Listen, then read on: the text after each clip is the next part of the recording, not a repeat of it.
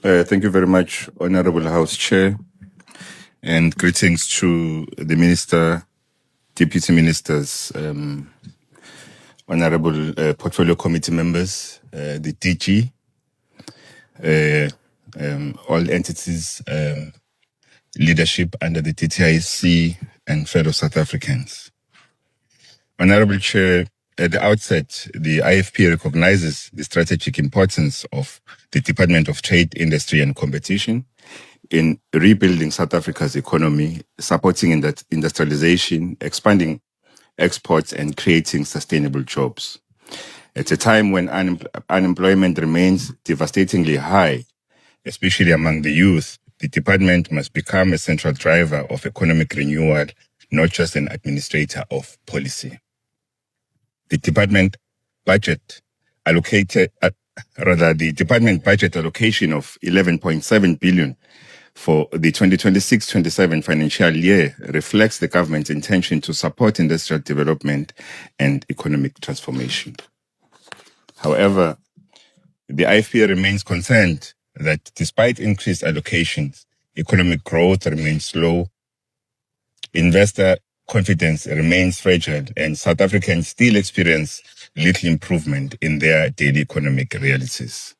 We welcome the department's continued focus on industrialisation, digitisation, decarbonisation, and diversification of the economy. We further support efforts to strengthen South Africa's participation in the Africa Continental Free Trade Area, as expanded African trade represents meaningful opportunities for local manufacturers and exporters. However, policy ambition alone is not enough. South Africans want implementation.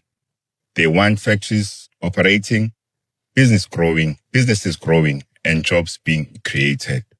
We note with concern that a large percentage of the department's budget is allocated to transfers and subsidies. While incentives and development finances are important, there must be stronger oversight to ensure that these funds produce measurable economic outcomes. Too often, government programs announce billions in support, while small businesses on the ground continue to struggle with access to finance, unreliable infrastructure, excessive red tape, and rising operational costs. We are particularly concerned about the decline and allocations to critical programs such as trade and regulation. The trade program experiences a significant reduction despite South Africa facing increasingly volatile global trade conditions and growing competition in export markets. We welcome support for special economic zones and industrial parks, which remain important tools for revitalizing local economies and attracting investment. The allocation of over 950 million towards SEZs demonstrates the importance the government attaches to industrial infrastructure. However, these zones must not become isolated islands of development that fail to benefit surrounding communities. Local procurement, skills development, and community participation must remain central. We also believe the transformation must go beyond compliance, targets, and political rhetoric. Real empowerment means enabling entrepreneurs, especially young people, women, and rural communities to participate meaningfully in productive sectors of the economy.